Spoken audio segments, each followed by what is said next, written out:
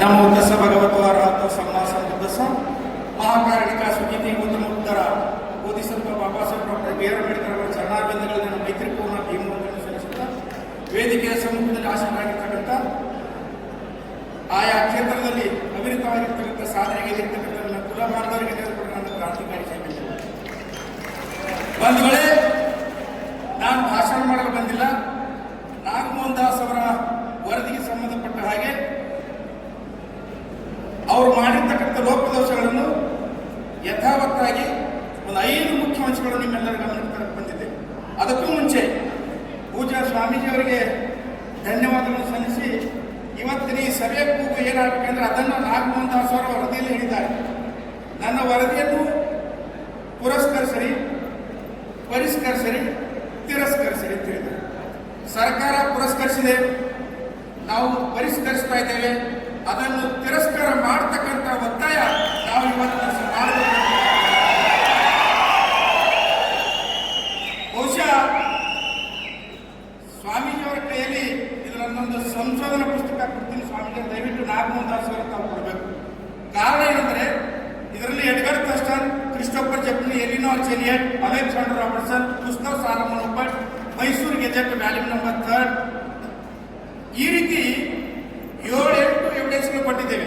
ಮಹಾನ್, ವಲಯ, ಪರಯ್ಯ, ಪುಲಿಯ, ಛಲವಾದಿ ಇವೆಲ್ಲವೂ ಕೂಡ ಸಮಾನಾರ್ಥಕ ಪದ ಹೊಂದಿರತಕ್ಕಂಥ ಒಂದೇ ಕುಲ ಅಂತಕ್ಕಂಥದ್ದು.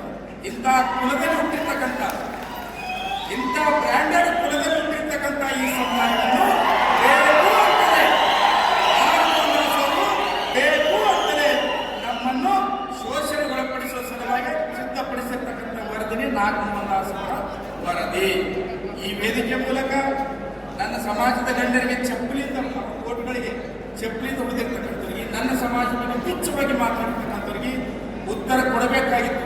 ಆದರೆ ಸಮಯದ ಅಭಾವವಿದ್ದ ಪ್ರಯುಕ್ತ ನನ್ನ ಸಮಾಜದ ಗಣ್ಯಮಾನ್ಯರ ಸಮ್ಮುಖದಲ್ಲಿ ನನ್ನ ಸಮಾಜದ ಪರವಾಗಿ ಚಾಲೆಂಜ್ ಮಾಡಿ ಹೇಳ್ತೀನಿ. ಇವೆಲ್ಲ ಅಣ್ಣಂದಿರು ಕೂಡಲೇ ಅವರಿಗೆ ಆಧಾರ ಸಹಿತವಾಗಿ ನಾನು ಉತ್ತರ ಕೊಡ್ತೀನಿ, ಚಾಲೆಂಜ್ ಮಾಡ್ತೀನಿ ಅಂತಕ್ಕಂಥ ಮಾತನ್ನು ಹೇಳ್ತಾ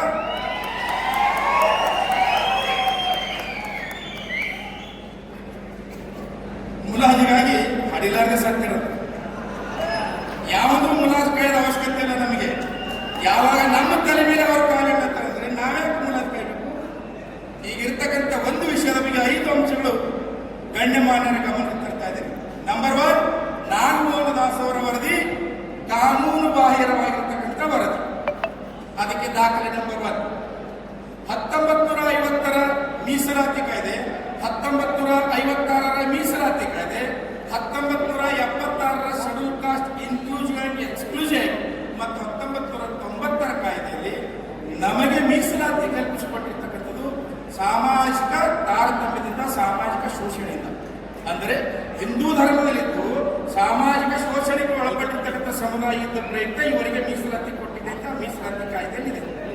ಹಾಗೆಯೇ ಯಾವುದೇ ಜನಗಣತಿ 1911ರಿಂದ 2011 ನಡೆದಿರ್ತಕ್ಕಂಥ ಗಣತಿಗಳಲ್ಲಿ ಕಾಲಮ್ ನಂಬರ್ 7ರಲ್ಲಿ ಧರ್ಮದ ಕಾಲಮ್ ಇರುತ್ತೆ.